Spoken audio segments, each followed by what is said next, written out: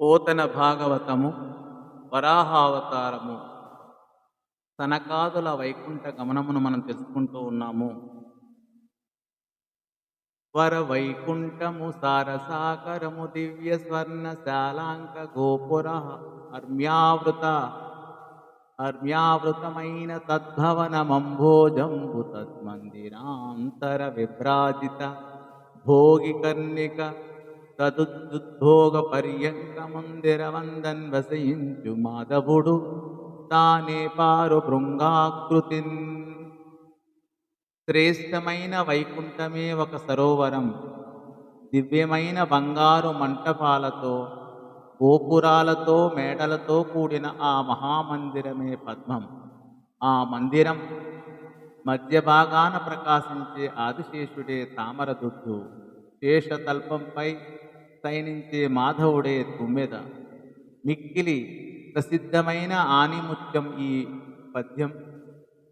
వర వైకుంఠపురము అనగానే ఈ పద్యాన్ని గుర్తు చేసుకోలేని తెలుగు వాళ్ళలో పండితులు కానీ పామరులు కానీ ఎవరూ ఉండేవారు కాదు.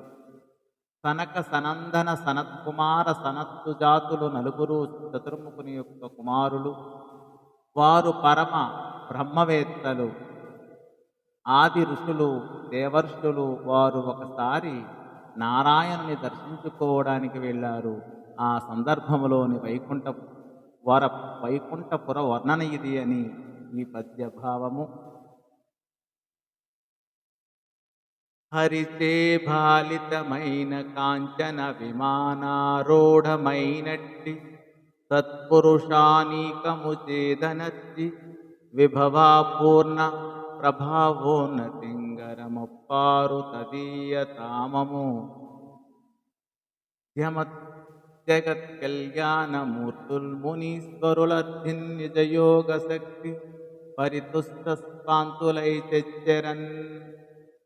విష్ణువు పాలించేది, బంగారు విమానాలెక్కి విహరించే పుణ్య పురుషులతో నిండినది, వైభవంతో కూడిన మహాప్రభావంతో శోభిల్లేది అయిన ఆ వైకుంఠ ధామాన్ని లోక కళ్యాణ స్వరూపులైన సనక సనందాదులు తృప్తి చెందిన మనస్సులతో తమ యోగ శక్తితో వడివడిగా సమీపించారు అని ఈ పద్య భావము.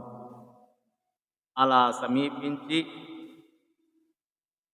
మరకదరత్న తోరణ సమంచిత కుడ్య కవాట గేహలీ విరచిత చక్షుకక్షలరవింద దళాక్ష విలోకనోత్సవాధరమతి నన్యముకంగనక అన్యముంగనక ధ్వాటి అనంతర కక్షయందు నిర్ధరను దదీయ పాలురనుధార సమాన వయో విశేషులన్.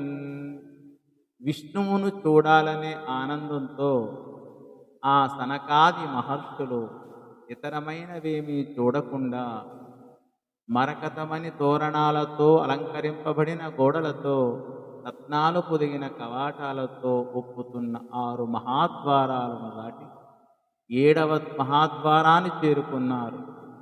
అక్కడ కావలి కాస్తున్న సమాన వయస్సు గల ఇద్దరు ద్వార పాలకులను చూశారు అని ఈ పద్య భావం. ధన్యవాదములు.